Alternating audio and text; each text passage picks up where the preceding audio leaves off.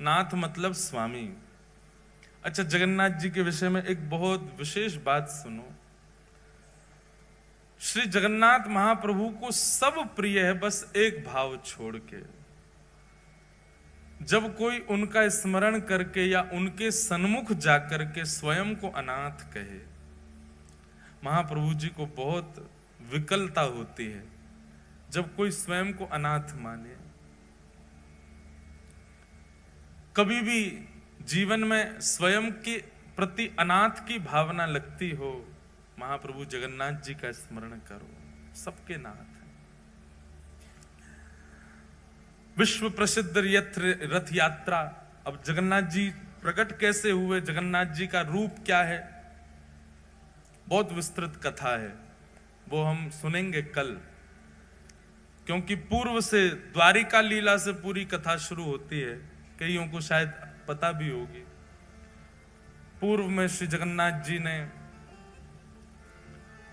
ब्रजवासियों की कथा रोहिणी मैया से सुनी, तब से वो रूप प्रकट हुआ, उसकी पूरी कथा। फिर इंद्रद्युम्न पर कृपा करके ठाकुर जी कैसे पधारे, नील माधव रूप से कैसे जगन्नाथ बने, बहुत विस्तृत भाव है, उसको हम कल स्वच्छंद रूप से कहेंगे।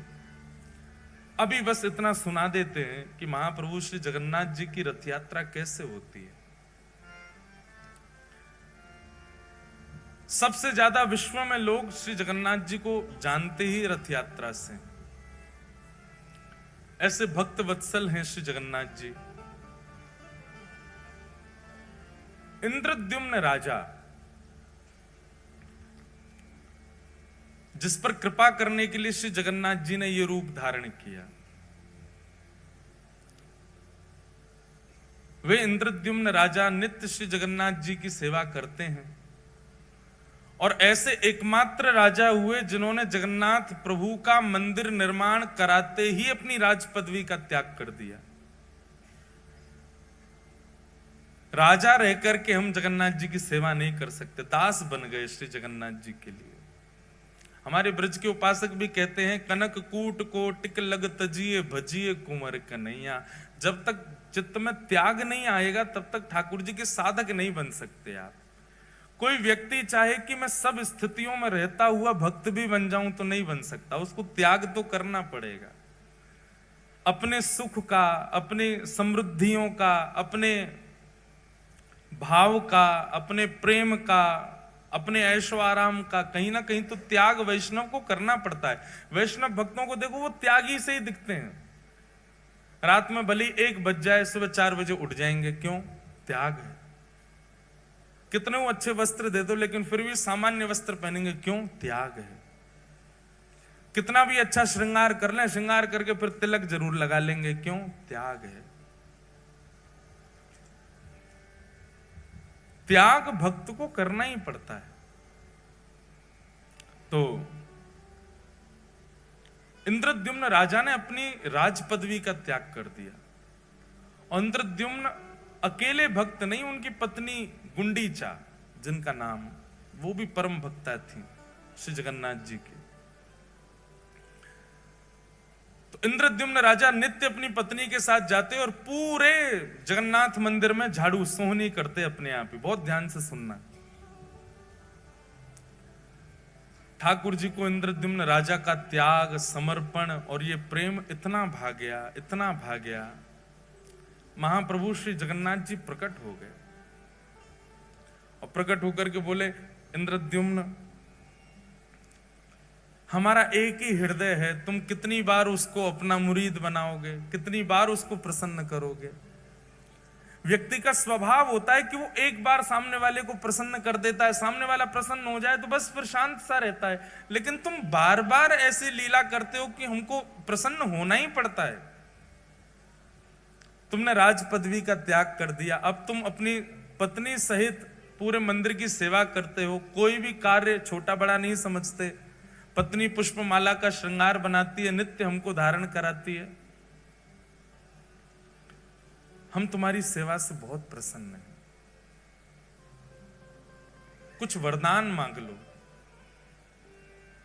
इंद्रद्युम्न राजा कहते हैं, बोले भगवान, जहां साक्षात आप आ गए मेरे पास में और ये सेवा का सौभाग्य मुझे दे रहे हैं, इसके बाद आपसे आपके द्वारा ये कहना कि कुछ मांग लो मेरे चित्त में संशय प्रकट कर रहा है कि कहीं आप मुझसे पीछा तो नहीं छुड़ाना चाह रहे। जब आप मिल ही गए हो मुझे तो नाथ और मैं क्या मांगू आपसे। जगन्नाथ प्रभु बोले नहीं इंद्रद्युम्न हम बहुत प्रसन्न हैं तुमसे, कुछ मांगो।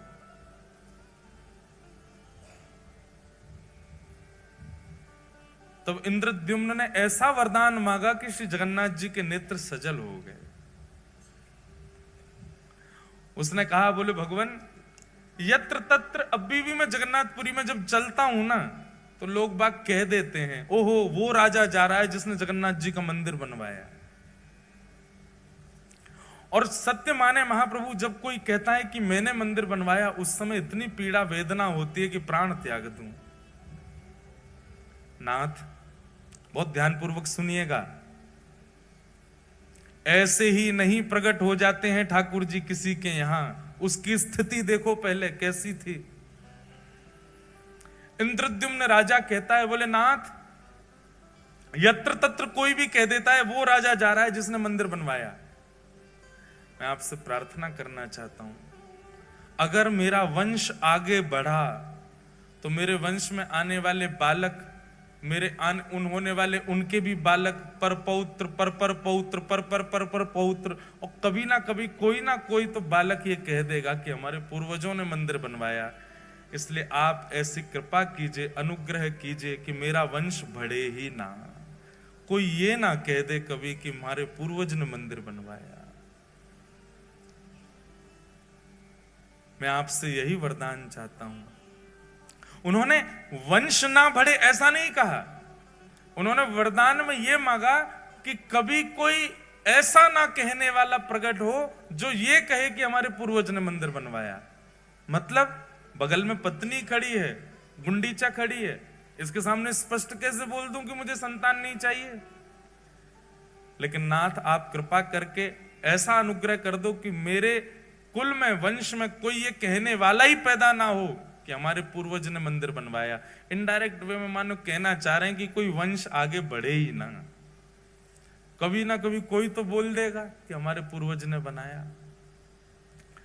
महाप्रभु जगन्नाथ जी के नेत्र सजल हो गए। बोले और कितना त्याग करोगे इंद्रद्युम्न, सब कुछ तो तुमने त्याग दिया, अपनी राज पदवी तक त्याग दी, एक मेहतरानी की तरह तुम्हारी पत्नी और एक झाड़ू लगाने वाले की तुम नित्य पड़े रहते हो हमारे द्वार पे, और कितना अब तुम वंश भी नहीं चाहते आगे। महाप्रभु जगन्नाथ जी ने इंद्रद्युम्न को हृदय से लगा लिया। तुम्हारे इस प्रेम को, इसको निष्काम प्रेम कहते हैं, जिस प्रेम में इतनी इच्छा भी नहीं है कि कोई ये कह जाए कि इन्होंने मंदिर बनवाया। हम लोगों की स्थिति कैसी, हमारी कथा सुनकर के 4 लोग वैष्णव क्या बन जाएं तो हम दुनिया में ये मेरी कथा से वैष्णव बना है। हमारे मन की भी बात कह रहे हैं। अभी जलंधर में कोई मिलने आए, वो बोले महाराज जी इन्होंने जीवन में कभी कुछ गलत काम छोड़ा नहीं, आपकी कथा सुन के छोड़ दिया। हमने भी 4 से परिचय करा दिया, मैंने देखो ये हमारी कथा से ठीक हो गए। इतनी कथा सुनी फिर भी ये सबके अंदर आता है, मेरे अंदर भी आ रहा है, आप सबके अंदर भी आ जाता है। तनिक से भाव से हम लोगों के अंदर कितना मान आ जाता है। पर एक बात सदैव याद रखना, ठाकुर जी मान रहित व्यक्ति को ही मिलते हैं जिसमें किंचित मान ना हो।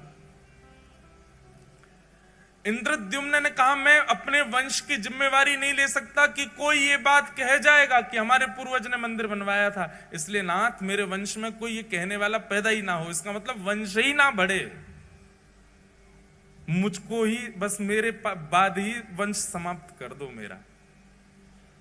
ऐसा मांगने वाला एकमात्र पृथ्वी पर इंद्रद्युम्न राजा हुआ।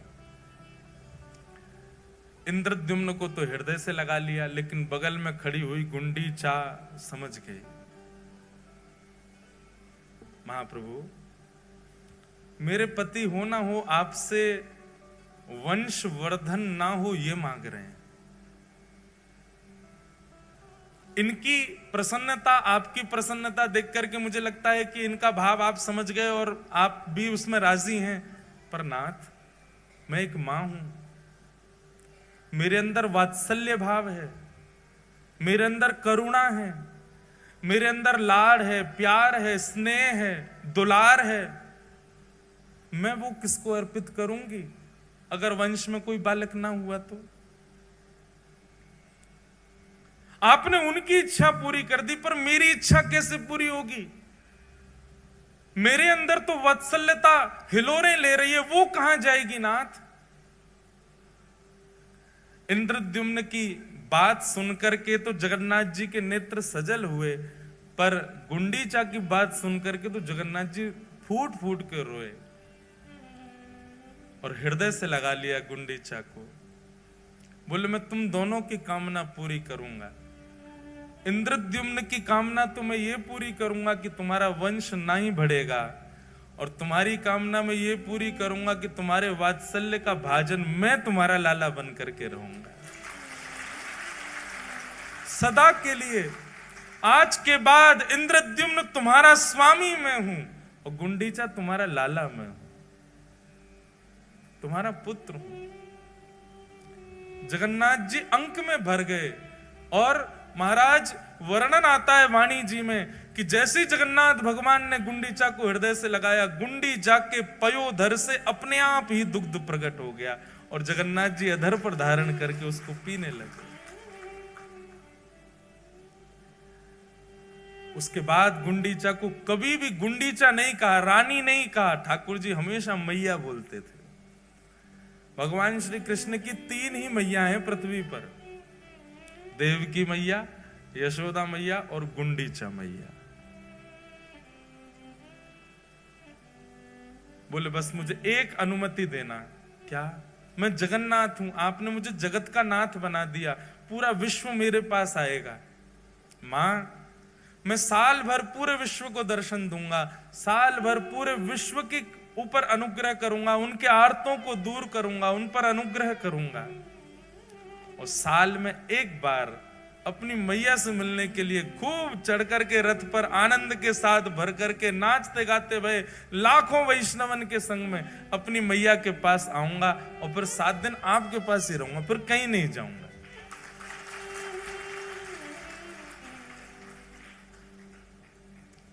गुंडीचा प्रसन्न हो गई और जगन्नाथ प्रभु को एक बालक की तरह पुचकारने लगी, एक बालक की तरह आशीष देने लगी। जाओ पूरे विश्व का मंगल करो लाला।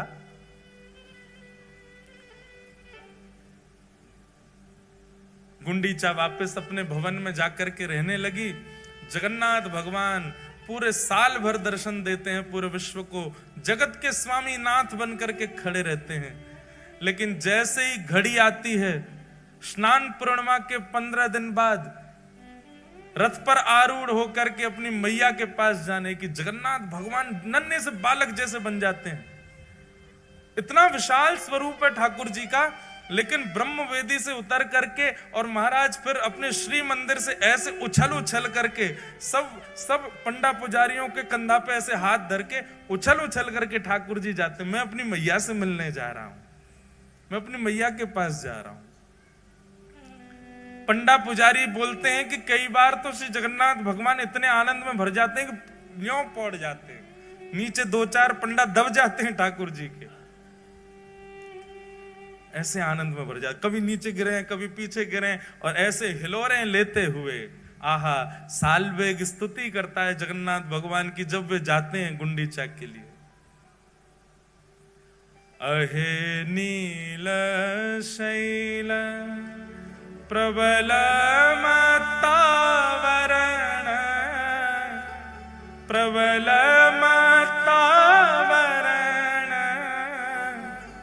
मुआरत नलनी बनकु कर दनन अहे